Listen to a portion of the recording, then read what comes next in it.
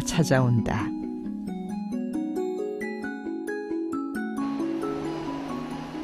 블라디보스톡은 러시아의 적극적인 극동정책 추진에 의해 탄생한 도시다. 겨울에도 얼지 않는 부동항을 확보하는 게 쉽지 않은 러시아에게 있어 블라디보스톡은 그야말로 극동의 유일한 희망이었다. 1880년 블라디보스톡은 연해주의 중심 도시로 떠오른다. 사람들이 몰려들고 곳곳에 도로와 철도가 건설되며 무역 중심 도시로 자리 잡는다.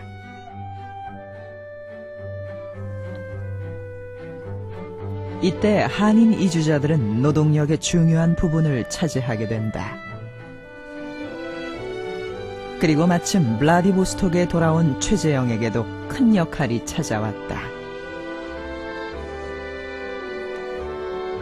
1884년 연해주의 라즈돌리노이에서 연추에 이르는 200km 도로가 개설될 때 최재형은 러시아어를 모르는 한인 노동자들의 대변자로 도로 건설에 참여한다.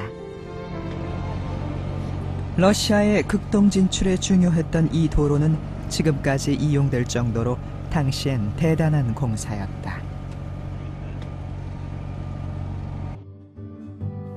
최재형의 역할에 러시아 관료들은 깊은 신뢰를 보내게 되고 곧이어 최재형에게 또 다른 기회가 찾아온다. 1880년대 후반 한인들이 거주하는 연추는 군사도시로 한창 성장하고 있었다. 여름이면 러시아 해군의 대함대가 정박했고 보병도 10,000명 이상이 상주했다. 그러다 보니 무엇보다 급히 필요한 것이 군인들이 쓸 생필품이었다.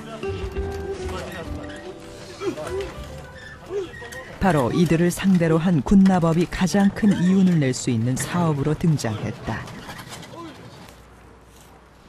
최재형은 연추의 한인들을 고용해 군납업에 뛰어들었다. 당시 최재형이 러시아 군대에 납품한 소만 한 달에 150마리, 러시아 돈으로 환산해서 9만 루블에 이르는 돈이다.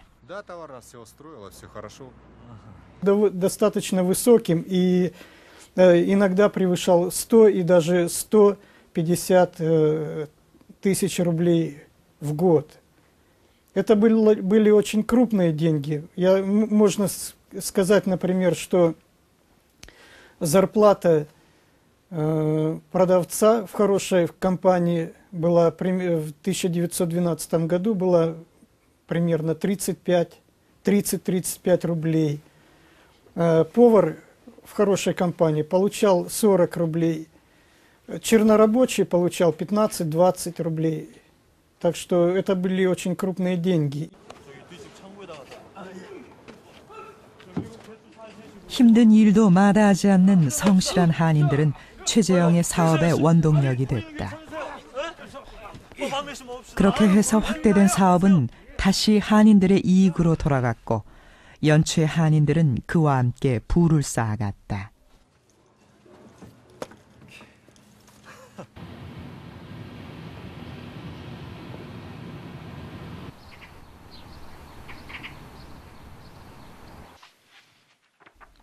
모스크바대 한국학센터, 이곳에서 근무하는 박미하일 교수는 연해주 연추에서 태어나고 자랐다. 그가 기억하는 최재형은 어떤 사람이었을까? 아주 인기 있는 분이었죠. 왜냐하면 그 선생이 아주 교섭하기 쉬운 사람이었어요. 어쨌든 누구든지 최장 씨와 같이 어쨌든 동등한 사람으로서 보냈죠. 그리고 누구나 최배직가한테 가서 모든 어려운 생활 문제를 토의할 수 있고 또 방도도 크게 받았던 것입니다. 당시 연추 사람들은 집집마다 최재형의 사진을 걸어놓았을 정도로 최재형의 인기는 대단했다. 1893년 34세 최재형은 한인 최초의 도혼으로 선출된다. 도허는 우리나라의 군수와 유사한 자리로 최재형은 당당히 한인을 대표하는 러시아 행정조직의 일원이 됐다. И, как я уже сказал, он был достаточно очень богатым человеком, и его влияние было очень высокое среди корейцев русского Дальнего Востока. Поэтому, когда встал вопрос о выборе нового старосты в Янчихинской волости, для многих корейцев не было сомнений, и он был избран единогласно новым старостой Янчихинской волости. Для российской администрации Приморской области он также был очень желательным человеком по тем же причинам. 고향을 떠나 마지못해 찾아간 낯선 곳 러시아 연해주. 그러나 희망의 땅이 돼감에 따라 러시아 한인 이주민은 점차 늘어 1900년이 되면 10만 명에 달하게 된다. 최재형의 성공은 곧 한인들의 성공이기도 했다. 최재형이 이렇게 큰 성공을 이룰 수 있었던 데에는 세 가지 비결이 있습니다.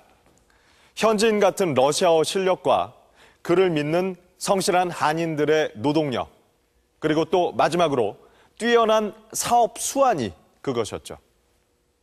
마치 황금알을 낳는 거위처럼 그가 하는 사업들은 모두 번창해 나갔습니다. 최재형은 단순히 사업가로만 활약한 것이 아니었습니다. 도시의 외관을 정비하고 교육시설을 마련했습니다. 이런 성과들로 인해서 그는 1896년 니콜라이 2세 대관식에 참석을 해서 황제로부터 예복을 하사받고 또한 러시아 정부로부터 수차례에 걸쳐서 훈장을 수여받기도 했습니다. 그야말로 남부럽지 않은 생활을 누렸던 것입니다. 그런데 그랬던 그가 왜 그의 모든 것을 걸고 이처럼 항일 의병 투쟁에 나섰던 것일까요? 1904년 2월 러시아와 일본은 한반도를 사이에 두고 한판 격돌하게 된다. 하지만 전쟁은 오래가지 않았다. 러시아의 참패였다. 최재형은 러일 전쟁에 참전했다. 그는 조선인인 동시에 러시아 국적을 가진 러시아 국민이었다. 그의 분노는 깊었다.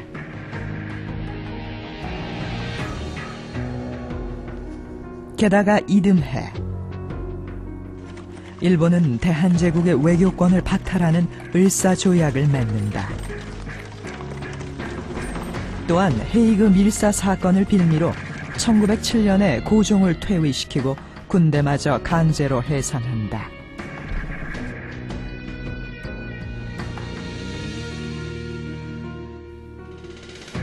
연이어 벌어지는 일본의 만행에 최재형은 구체적인 항일 독립운동을 고민하기 시작한다.